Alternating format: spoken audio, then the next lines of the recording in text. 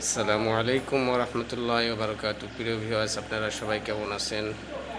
আলহামদুলিল্লাহ সুম্মা আলহামদুলিল্লাহ, আল্লাহর অশেষ মেহেরবানিতে আমরা ভালো আছি এবং সুস্থ আছি।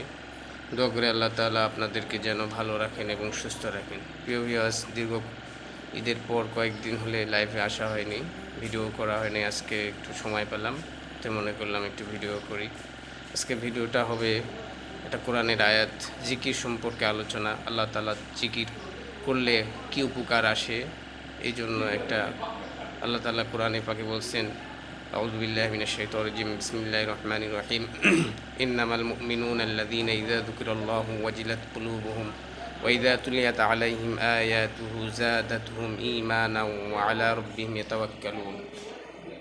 উহারাই প্রকৃত ঈমানদার, যাদের সম্মুখে আল্লাহর জিকির হওয়া মাত্রই তাদের অন্তর ভয়ে কম্পিত হইয়া ওঠে এবং তাহাদের নিকট যখন তাহার আয়াতসমূহ পাঠ করা হয় তখন তাহাদের ঈমানকে আরও বর্ধিত করিয়া দেয়।